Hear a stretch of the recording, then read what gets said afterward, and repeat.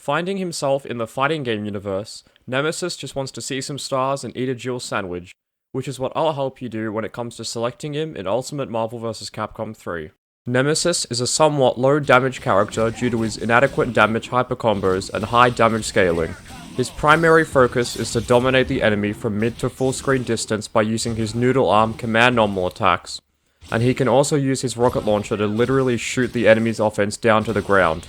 He has 3 different types of command grabs to catch unaware rivals and to set up resets, which can lead to big damage on characters who can't escape, such as Hagar or Hulk. Getting in range of his light command grab is essential as it is fast and can lead to huge damage, often killing a character outright. Some of Nemesis' pros are that he has great damage at the start of his combos, he has amazing reset potential, easy execution, good zoning tools, hyper armor, and he has lots of life. Some of Nemesis' cons include that overall his combos do low damage, his supers are either hard to combo into or have shockingly high damage scaling, he's slow with fairly limited mobility options, most characters can escape resets if your opponent knows how to, and he has long recovery on lots of his moves which leaves him open to get punished. I personally use Nemesis' rocket launcher assist when I play my big body team of Hulk, Nemesis, and Sentinel, as it can cover the horizontal space in front of you and be used as a combo extension when in the corner with a character like Hulk.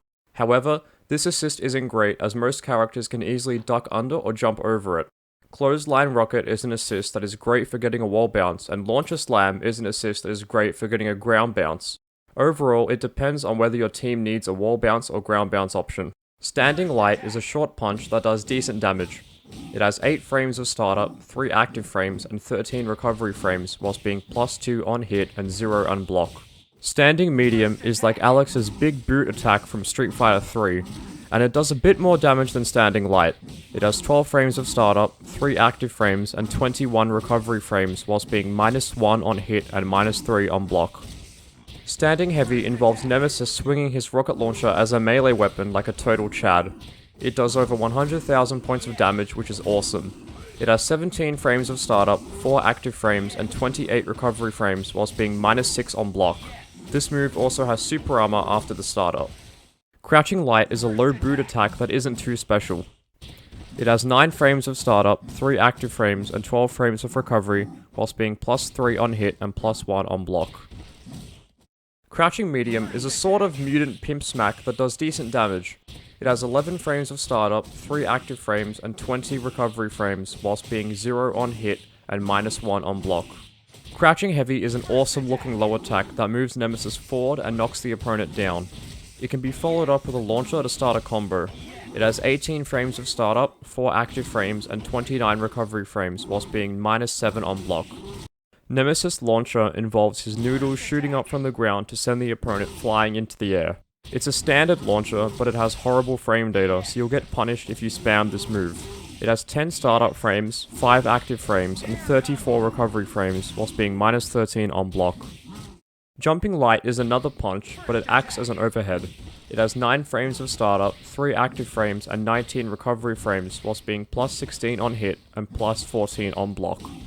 Jumping Medium is a rocket launcher melee attack that is another overhead. It has 12 frames of startup, 3 active frames, and 21 recovery frames.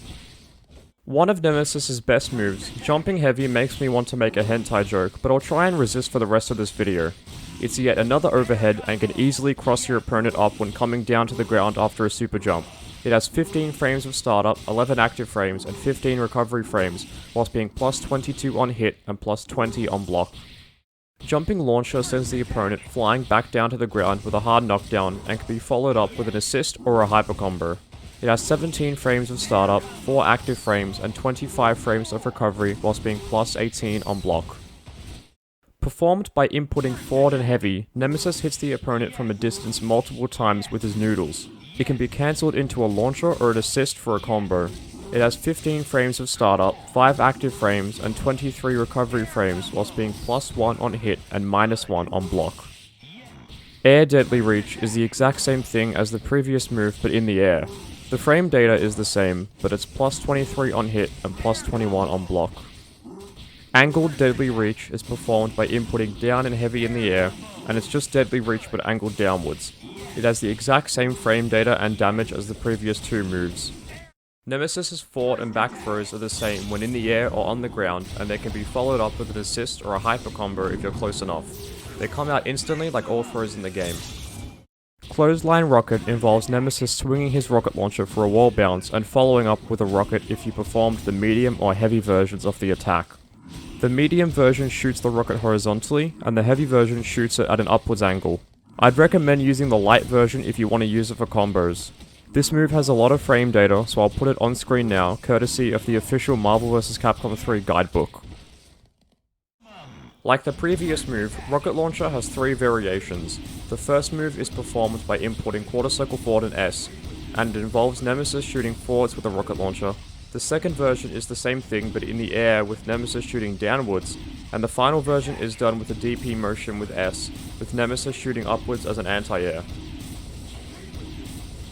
Tentacle Slam is a command grab that involves Nemesis grabbing his opponent out of the air or ground and slamming them into the ground, ready to be followed up with a launcher or an assist.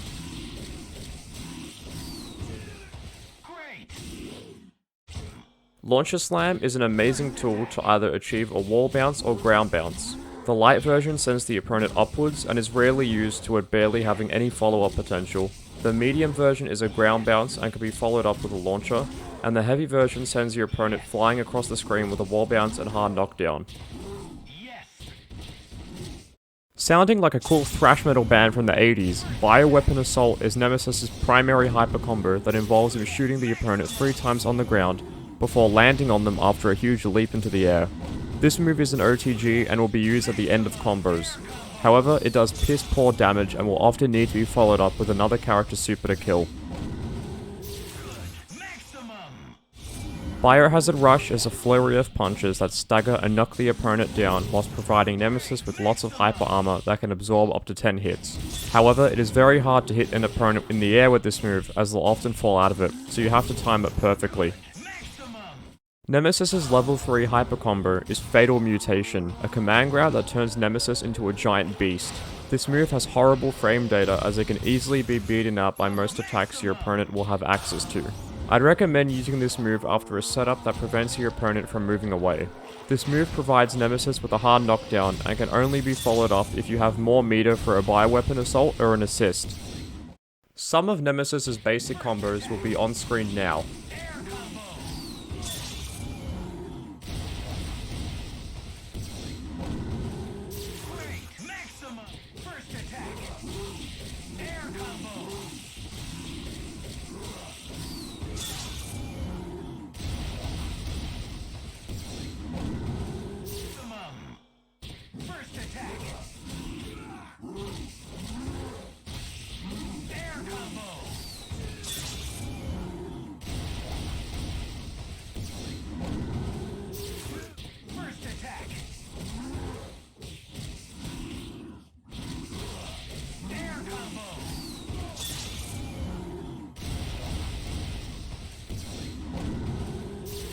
Nemesis is usually paired up with big body characters like Hulk, Hagar, or Sentinel, as they allow Nemesis to do even more damage with their assists in both neutral and in combos. Doctor Strange is another good pick, as his Bolts of Balthak assist provides Nemesis with 2 horizontal beams he can use to lock the opponent down and control space. I would also recommend characters like Wesker, Chris, Doctor Doom, and Virgil, as they all have tools that Nemesis can make use of to gain the upper hand.